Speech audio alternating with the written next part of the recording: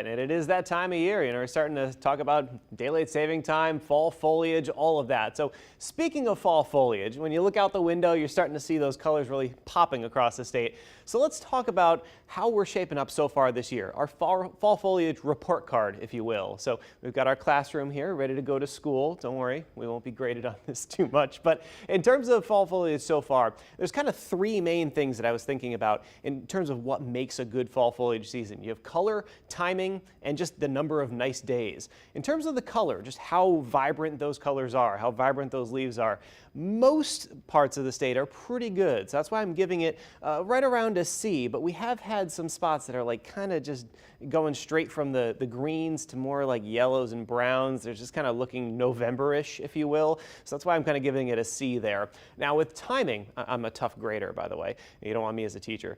Timing, we've done pretty well for the most part. Timing being, does it line up with the season? You know, like does it happen pretty much the same time every year? This year, it's a little bit on the later side, so that's why we're giving it a B. But in terms of nice days, just how many beautiful sunny days we've had, oh, that gets the A+. It has been phenomenal so far this year with all of those warm temperatures across the area. In fact, it's been so warm, we're at our 8th warmest October on record. So we've had some pretty warm days. We haven't gotten any frost so far this year. And up in Massachusetts, it's been so warm and so frostless, if you will, that the National Weather Service has stopped issuing any frost or freeze advisories because the growing season theoretically should be over by now. And so if there is a frost or freeze on the way, the National Weather Service is kind of like, hey, you're on your own. We're past the point where you would typically see any frost or freeze. So in terms of the map for Connecticut, of course, Litchfield County is still getting into some pretty nice colors. Typically it happens in the middle of October, and we're kind of almost past peak in a couple areas across the highest reaches of Litchfield County.